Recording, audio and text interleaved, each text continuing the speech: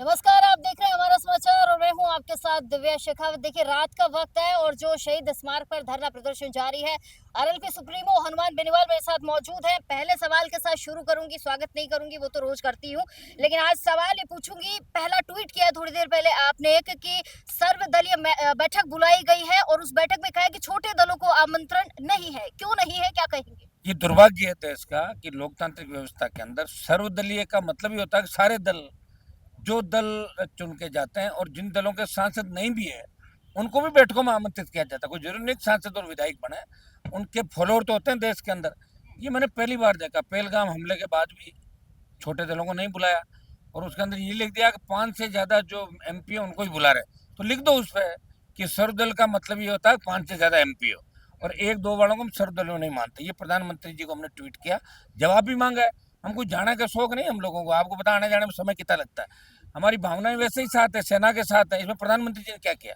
तो भारतीय सेना ने क्या सर्जिकल स्ट्राइक, अगर ये करते तो पहले कर देते। इतने कश्मीर में शहादत देनी पड़ती लोगों को, और उरी, पुलवामा और पहलगाम के बाद आप रोज कर रहे हो। तो आप क्या वेट करते हो कि भाई अब हमारे शहीद होंगे और उसके बाद हम करेंगे? वेट करते हो क्या कि अब हमारे इतने मारे जाएं जब हम इतने मारेंगे? कोई कोई वो थोड़ी हो रखा है कोई इनका। आप जो बोलते हैं कोई एमओयू तो नहीं किसी तरीके का। आप किस तरह की बात कर रहे हैं कि हमारे इतने जवान जब हमारे लोग शहीद हो जाएं तब हम ये करेंगे? आप आकर कश्मीर में कब्जा करो। आपने कहा था 14 के चुनाव के अंदर, 19 में 24 में इसी बात की ठगी की देश के अंदर कि हम आएंगे, सेनाओं के अंदर शहादत नहीं होंगी, देश इस दौर से गुजरेगा, लोकतंत्र होगा, वो राज्य होगा, ये होगा। नहीं नजर आ रहा है। भूखमरी से लोग मर रहे हैं, कोरोना से 50 लाख लोग मर गए, अग्निवीर आपने सेना को ठेके पे दे दिया, किसानों को मार दिया आपने सड़कों पे। अरे कौन सा देश लाना चाहते हो आप? हमारे ही सैनिक लड़ रहे हैं बॉर्डर पे। कौन लड़ रहे हैं बताओ मुझे?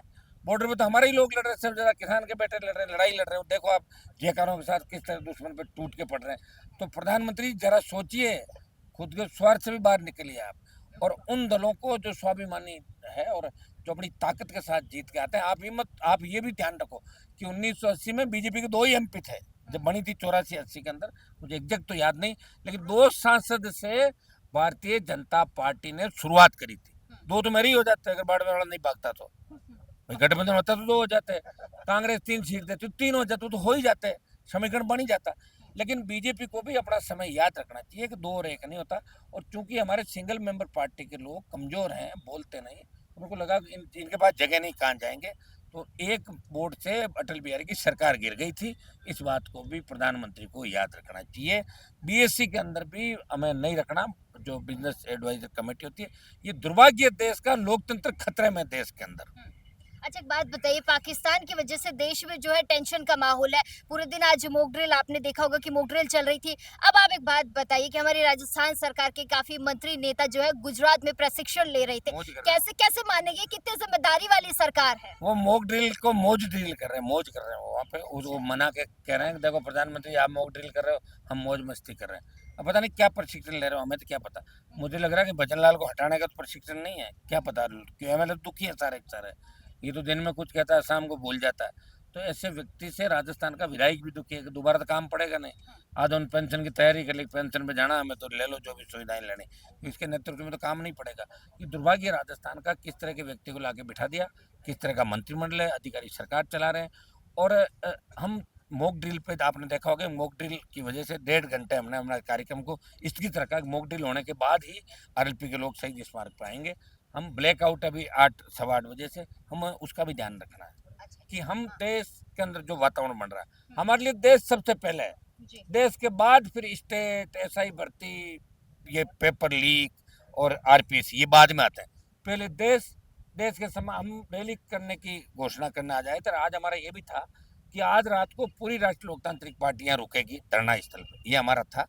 लेकिन चूंकि ब्लैकआउट हो रहा है तो यहाँ रुकना मुझे ठीक नहीं लगता। पता नहीं बच्चा कोई मोबाइल से लाइट करता है, सब प्रशिक्षित नहीं है ना सारे के सारे। तो मुझे इनका ध्यान रखते हुए इनको वापस ले जा रहा हूँ मैं। आज ब्लैकआउट कर अरे रात को कहा, कल कहते तो हम फिर कल आज का कार्यक्रम ही नहीं रखते। और हमने कल इनको कह दिया था सारा परिवार आएगा, सारे पदाधिकारी जितने भी लोग आए और संघर्ष समिति के भी लोग हैं। तो आज अभी इनको 15 मिनट बाद वापस हम वहीं जाएंगे कार्यालय की तरफ। और जो भी ब्लैकआउट और जो भी नियम फॉलो करने को पार्टी फॉलो करेगी। हम इस लड़ाई के अंदर देश के साथ हैं, प्रधानमंत्री के साथ हैं, सेना के साथ हैं। दुख हमें इस बात का है कि छोटे दलों को कुचलने का काम किया जा रहा है। भारतीय आदिवासी पार्टी के विधायक को तो पकड़ रहे हो, लेकिन खींवसर का विधायक तेल चोरी करके बेच रहा है। उसके परिवार के लोग मोबाइल बंद करके, जिस होटल पे छापा पड़ा जिसमें हजारों लीटर पकड़ा गया, वो कह रहे हैं लाखों लीटर हमने बेचा। आप बताओ, बीजेपी का विधायक तेल बेच रहा है चोरी का। तो अरे यार, उसने तो बीजेपी तो आदिवासी पार्टी नहीं बनी, इतना नहीं जानते। तुम्हारी तो भाजपा तो सच पार्टी है। क्या कर रहे हो तुम कार्रवाई? उसका नाम नहीं देना आने दे रहे हो अखबार के अंदर। ये कौन सा लोकतंत्र है बताएं मुझे। तो कांग्रेस के बहुत से लोग हैं जो ये काम कर रहे हैं। अभी तो एक शुरुआत हुई तेल चोरी की, पता नहीं क्या क्या पकड़ा जाएगा आगे। तो भजन लाल जी, आप ध्यान दें, खाली आदिवासी पार्टी और आरएलपी का ही पीछा नहीं करें, खुद के गिरबान में जाके कि आपके लोग क्या धंधा करें, उनका पीछे पैसे और धंधा क्या, पहले वो क्या थे और क्या से क्या बन गए, कैसे बन गए। क्या तेल बेच के बने, जुआ सट्टे से बने, दूसरे काम से बने, या दारू निकालने का काम कर। पता तो करो, सारी जांच करो भाई। जांच करानी चाहिए प्रत्येक व्यक्ति। बीजेपी की जांच नहीं करे, आरएलपी की नहीं करे, कांग्रेस और बीजेपी की जांच भी करे। ये मैं मांग करता हूँ। तब अपने मंत्री नेताओं को बचाने का काम करती है कर ही बीजेपी रही है सरकार। सरकार, कर रही है ना, बता रहा हूँ ना।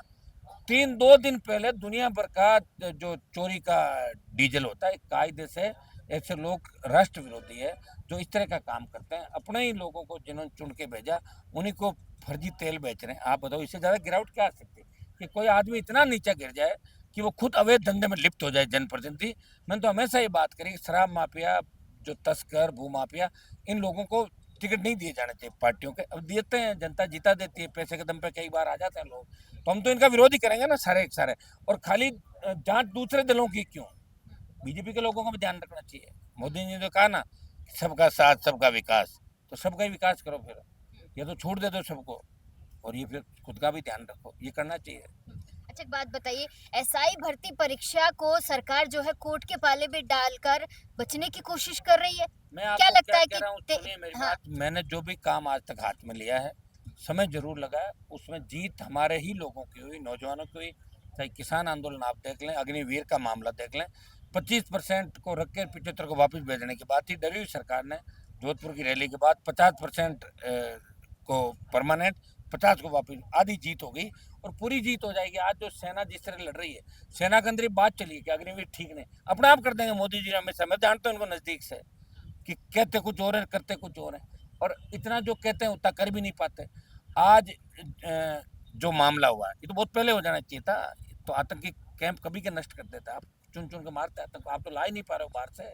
जिन लोगों को बाहर भेजा था, किन किन जो लोग भागे 90, 92, 95, 98 के दशक के अंदर, कहाँ गए वो सारे आतंकी? होने चाहिए, नहीं ला पा रही सरकार, नहीं कर पा रही, क्योंकि सामने विपक्ष नहीं है, इसलिए इस तरह का काम करें। क्योंकि हमने कहा है तो हम करेंगे। रैली की घोषणा हम आज करने वाले थे, यहाँ हमारा पड़ाव, और उसके बाद रैली की घोषणा थी 13-14 की। हम घर जाके एक बार सब लोग बात करेंगे, संभाग वार सब लोगों, जिलेवार, ताकि ताकत संख्या तो इन लोगों को लानी है। और 4 लाख जवान जयपुर के अंदर हम कोशिश करेंगे इस बार ये भी घरों से निकले।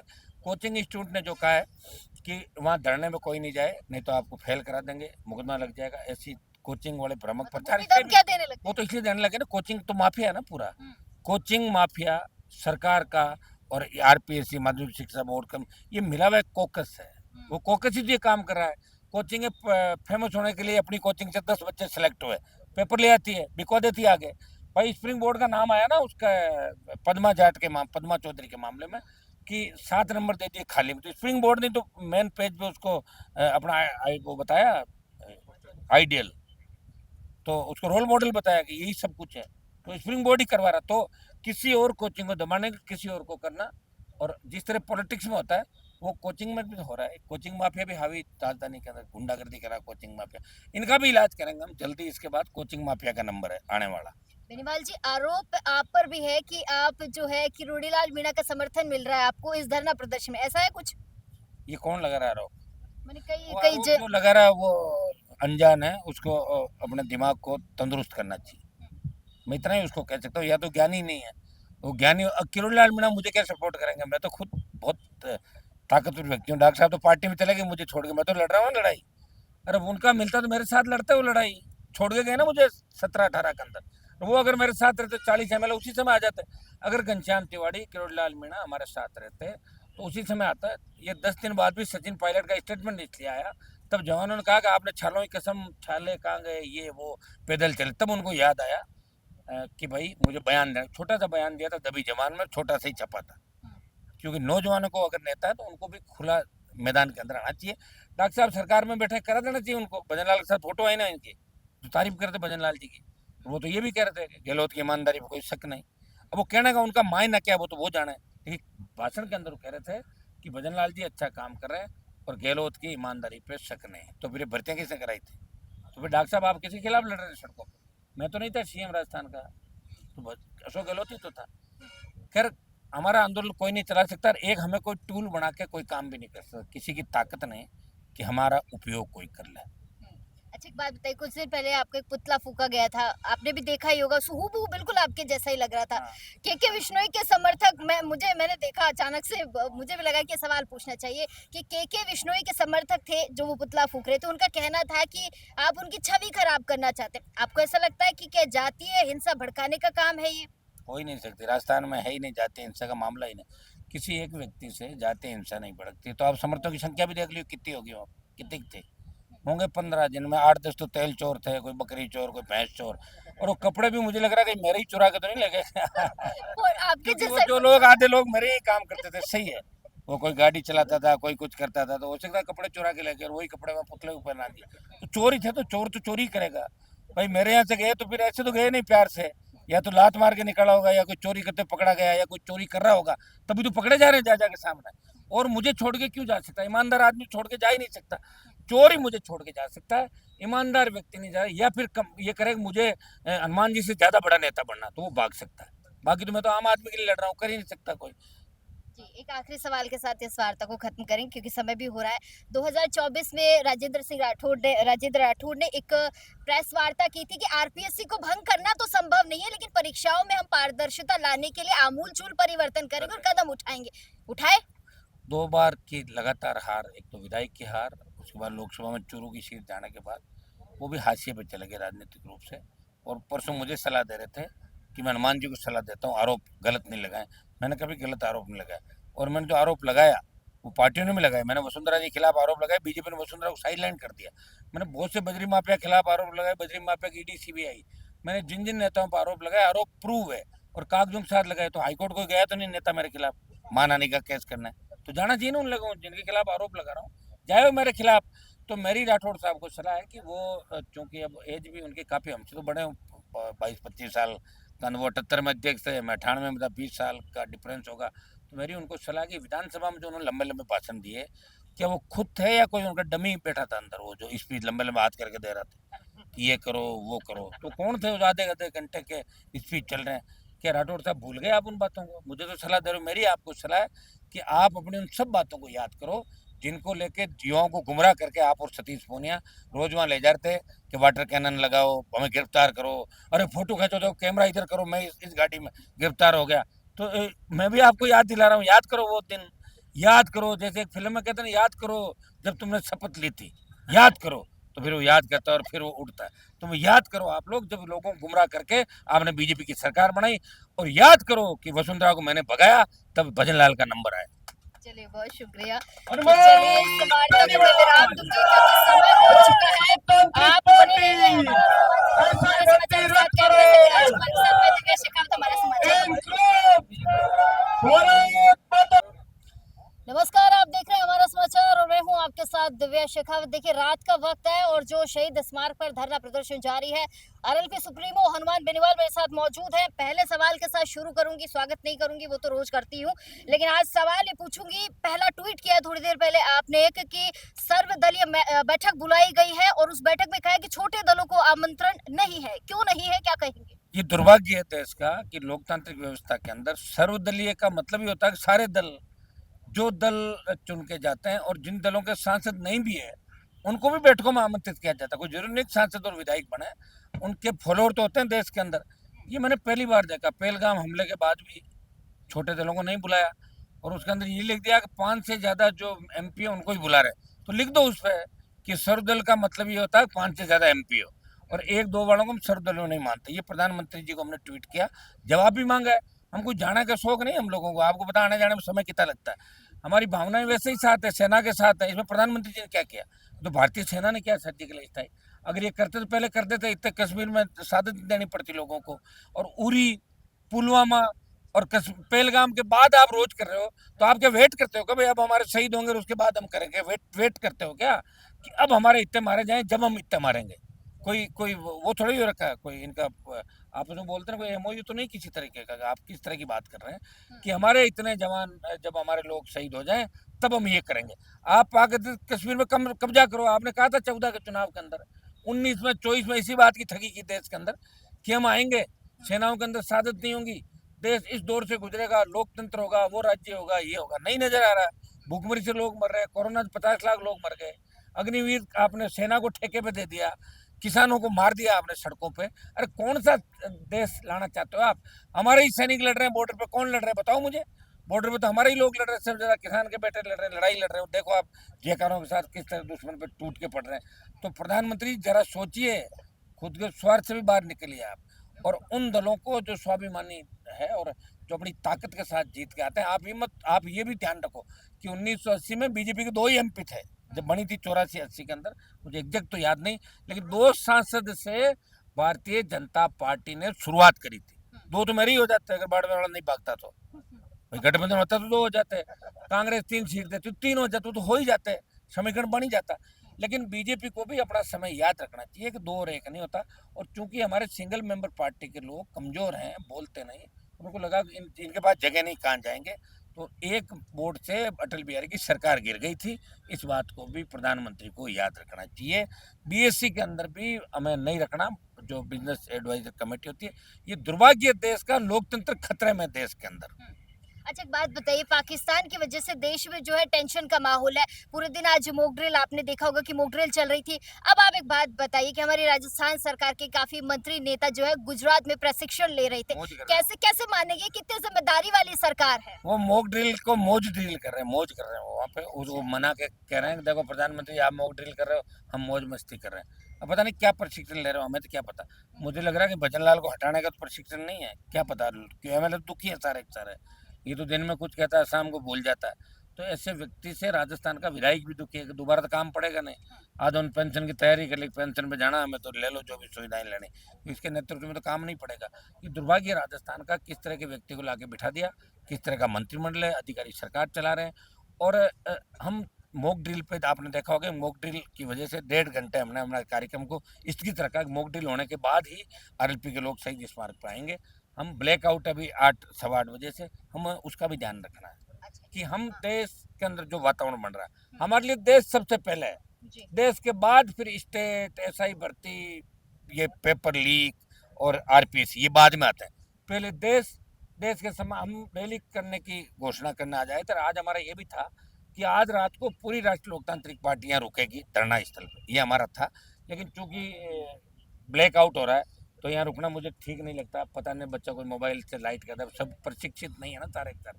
तो मुझे इनका ध्यान रखते इनको वापस ले जा रहा हूँ मैं। आज ब्लैकआउट कर अभी रात को का, कल कहते तो हम फिर कल आज का कार्यक्रम ही नहीं रखते। और हमने कल इनको कह दिया था कि सारा परिवार आएगा, सारे पदाधिकारी जितने भी लोग आए और संघर्ष समिति के भी लोग हैं।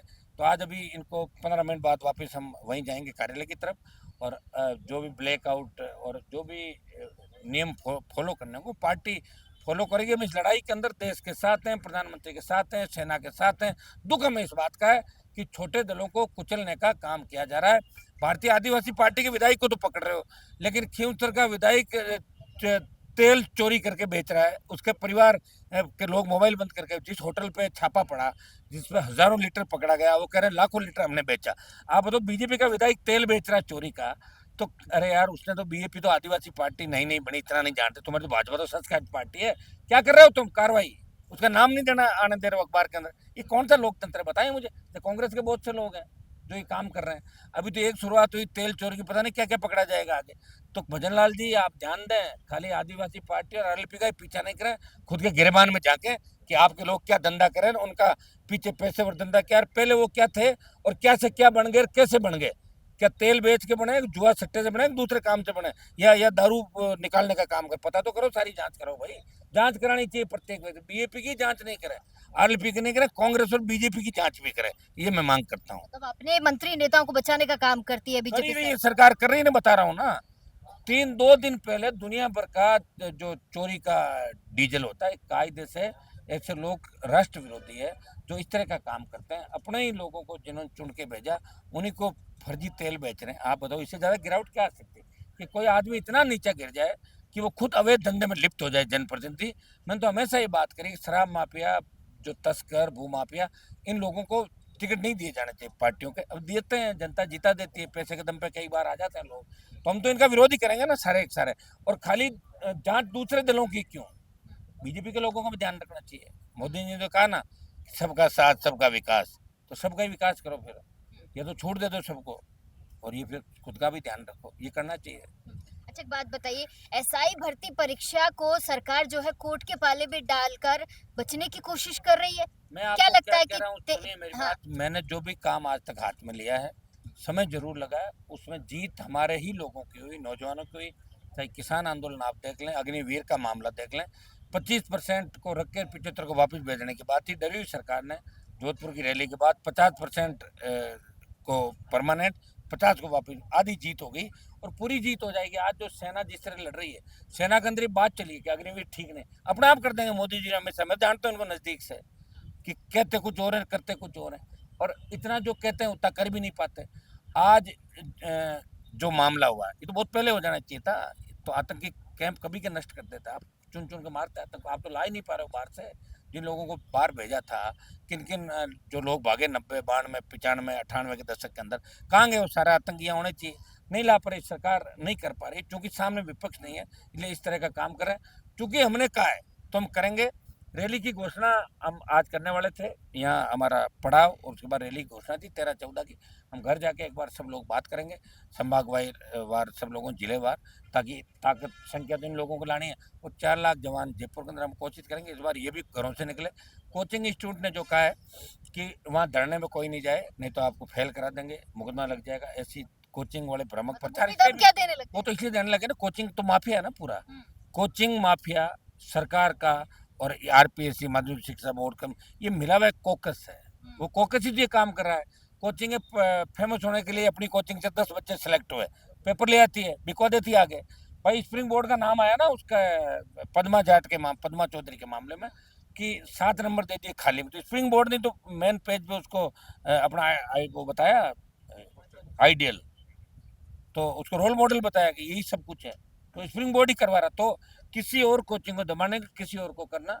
और जिस तरह पॉलिटिक्स में होता है वो कोचिंग में भी हो रहा है। कोचिंग माफिया भी हावी राजधानी के अंदर, गुंडागर्दी करा कोचिंग माफिया, इनका भी इलाज करेंगे हम जल्दी। इसके बाद कोचिंग माफिया का नंबर है आने वाला।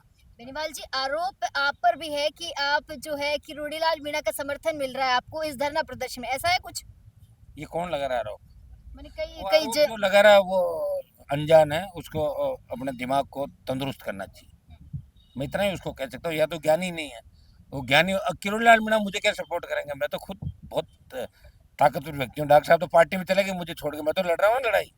अरे उनका मिलता तो मेरे साथ लड़ते वो लड़ाई, छोड़ के गए ना मुझे 17-18 के अंदर। वो अगर मेरे साथ रहते 40 ML उसी समय आ जाते।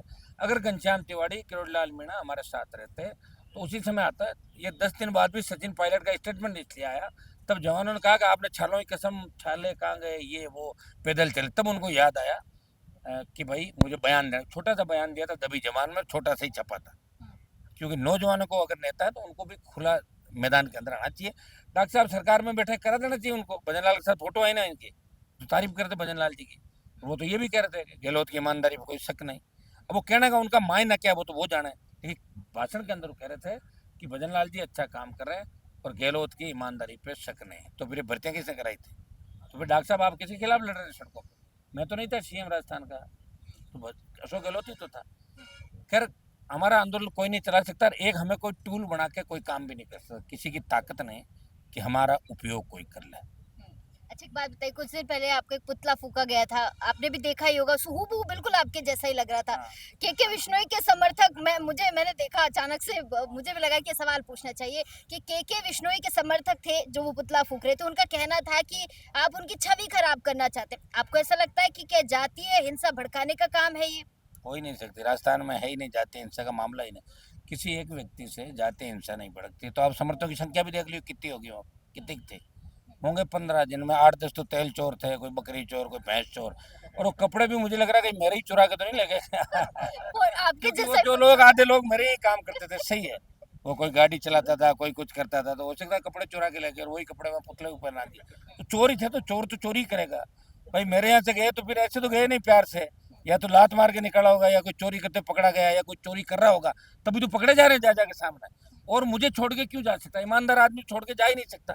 चोर ही मुझे छोड़ के जा सकता है, ईमानदार व्यक्ति नहीं जा। या फिर ये करे कि मुझे हनुमान जी से ज्यादा बड़ा नेता बनना, तो वो भाग सकता है। बाकी तो मैं तो आम आदमी के लिए लड़ रहा हूँ, कर ही नहीं सकता कोई। जी, एक आखिरी सवाल के साथ इस वार्ता को खत्म करें क्योंकि समय भी हो रहा है। 2024 में राजेंद्र राठौड़ ने एक प्रेस वार्ता की थी कि आरपीएससी को भंग करना तो संभव नहीं है, लेकिन परीक्षाओं में हम पारदर्शिता लाने के लिए आमूलचूल परिवर्तन करेंगे और कदम उठाएंगे। उठाए?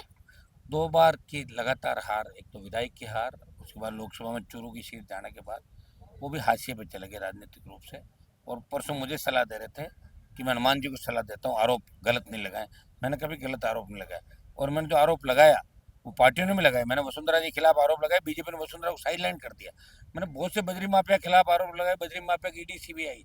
मैंने जिन जिन नेताओं पर आरोप लगाए, आरोप प्रूव है और कागजों के साथ लगाए। तो हाईकोर्ट को गया तो नहीं नेता मेरे खिलाफ मानहानि का केस करना है, तो जाना चाहिए ना उन लोगों जिनके खिलाफ आरोप लगा रहा हूँ, जाए वो मेरे खिलाफ। तो मेरी राठौड़ साहब को सलाह है कि वो चूंकि अब एज भी उनकी काफ़ी हमसे तो बड़े 22-25 साल का, वो 78 में अध्यक्ष थे, मैं 98 में, मतलब 20 साल का डिफरेंस होगा। तो मेरी उनको सलाह कि विधानसभा में जो उन्होंने लंबे लंबे भाषण दिए, क्या वो खुद थे या कोई उनका डमी बैठा था अंदर, वो जो स्पीच लंबे लंबे हाथ करके दे रहा था कि ये करो वो करो, तो कौन थे? वो आधे आधे घंटे के स्पीच चल रहे हैं। क्या राठौड़ साहब भूल गए आप उन बातों को? मुझे तो सलाह दे रहे हो, मेरी आपको सलाह है कि आप अपनी उन सब बातों को याद करो जिनको लेके युवाओं को गुमराह करके आप और सतीश पूनिया रोज वहाँ ले जाते कि वाटर कैनन लगाओ, हमें गिरफ्तार करो, अरे फोटो खींचो तो कैमरा इधर करो, मैं इस गाड़ी में गिरफ्तार हो गया।